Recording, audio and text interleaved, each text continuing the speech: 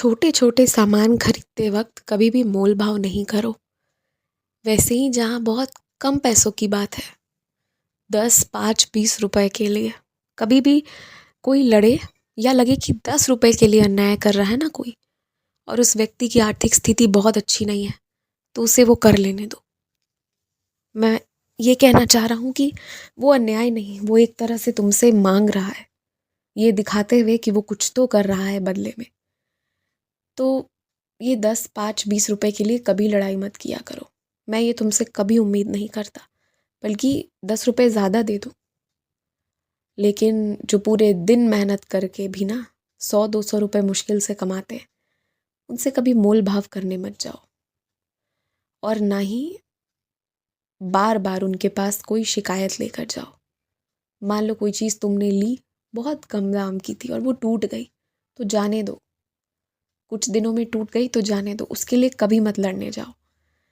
यहाँ पर ना जो बार बार जा रहे हैं वही 10, 20 रुपए के लिए लड़ रहे हैं। ये दिखाता है कि किस तरह उनका मन कड़ा है, और कभी भी इंसान को इतना कड़ा नहीं होना चाहिए। मन में भावनाएं होनी चाहिए, और हर इंसान में इतनी भावना तो होनी चाहिए कि कुछ अच्छा लगे तो खुश हो और बुरा लगे तो आंख से आंसू निकाल सके। कभी ऐसा पत्थर मत बनाना अपने आप को कि आंसू निकले ही ना, कुछ महसूस हो ही ना। ये नहीं होना चाहिए। अगर कोई दूर जा रहा है और कोई समीप आ रहा है, इन सब का एहसास बराबर होना चाहिए। तभी तो इंसान वाकई में इंसान है।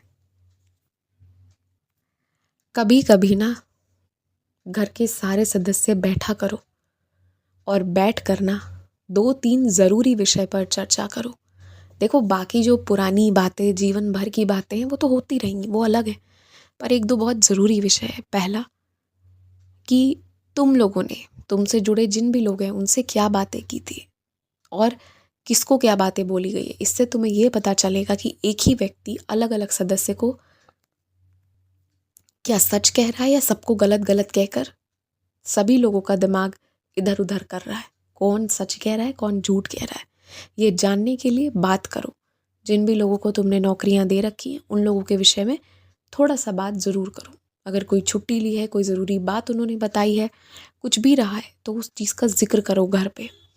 दूसरी ज़रूरी बात ये करो कि हर हफ्ते जो खर्च हो रहे हैं ना, उसमें कैसे कटौती की जाए, कहाँ बेफिजूल के हो रहे हैं और कहाँ होने चाहिए थे नहीं हो रहे हैं।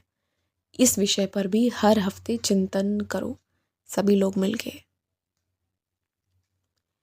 और तुम जो पहले डायरी लिखा करते थे, पहले इतनी सारी चीज़ें किया करते थे, अब वापस से किया करो। आजकल तुम्हारा दिन मोबाइल और लैपटॉप में ज़्यादा बीतता है, जो ठीक नहीं है। आज अपने हाथ के, पाँव के नाखून को काट लेना, और पूरे हफ्ते अच्छे से सज के संवर के जाया करो। अगर पैसे बच जाएं तो अपने लिए घड़ी ज़रूर खरीद लेना। घड़ी खरीदना और उसे रोज़ पहनना, अपने हाथ पर रोज़ लगाना। और मोबाइल से घड़ी देखते हो या जैसे भी देखते हो, वो अलग बात है, पर हाथ पर रखी हुई घड़ी तुम्हें और अनुशासित बना देगी। खुश रहो।